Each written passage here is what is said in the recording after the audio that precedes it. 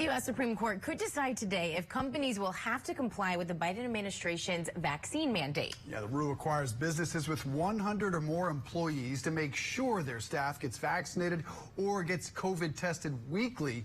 The rule is set to partially go into effect today, but the Supreme Court could decide to block it or put it on hold until they've come to a decision. Joining us now is James Ramoser. He's the author of SCOTUS blog. Good morning to you, sir. So tell us about the oral arguments on Friday. What do you take away from them? Well, so there were actually two policies at issue on Friday. One was the workplace vaccine or test policy that you mentioned. There's a separate policy which mandates that healthcare workers at facilities receiving federal funding receive COVID vaccines. I would say that the workplace policy fared quite poorly on Friday. A majority of the court seemed very skeptical that OSHA, the federal agency, has the authority to issue that policy. On the other hand, the vaccine mandate for healthcare workers, I think, had a better day. I think that's a closer call, and the court may allow that policy to go forward. So how do the attitudes of conservative judges differ from liberal judges?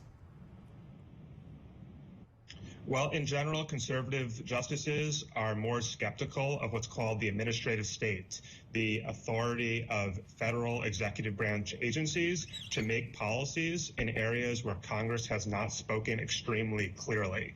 Conservatives are generally skeptical of that sort of agency policymaking. Liberals tend to allow agencies to go a little bit farther and use their expertise in these areas to respond to pressing emergencies like coronavirus. What do you make of Sonia Sotomayor, one of the liberal justices, saying that 100,000 kids are hospitalized with COVID and many are on ventilators? Yeah, I think there's been some fact-checking of that statement from her on Friday, and I don't think there's any factual evidence of that. So that seems to have been a misstatement. In fact, there were several misstatements during Friday's 4 hours of oral arguments, both from liberals and conservatives, actually. Yeah, the number is actually fewer than 3,500, just a bit off from 100,000. Yeah, so the court previously dismissed challenges to vaccine mandates at the state level. Why did they choose to take up arguments over these federal mandates?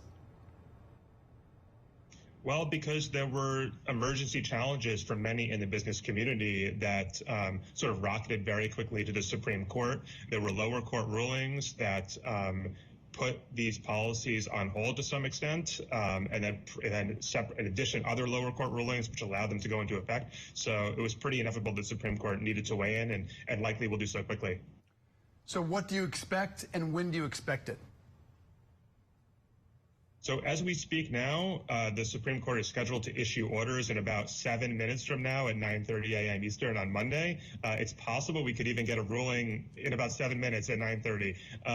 It may not be that quickly, but I do expect that a ruling on both of these cases will come sooner rather than later, although the court often will take its time and make up its own schedule, so it's very difficult to predict. All right, James Ramoser, author of SCOTUS blog, thank you for joining us this morning. Yeah, stand by. We might have to book him in about 10 minutes from now. Maybe see you soon.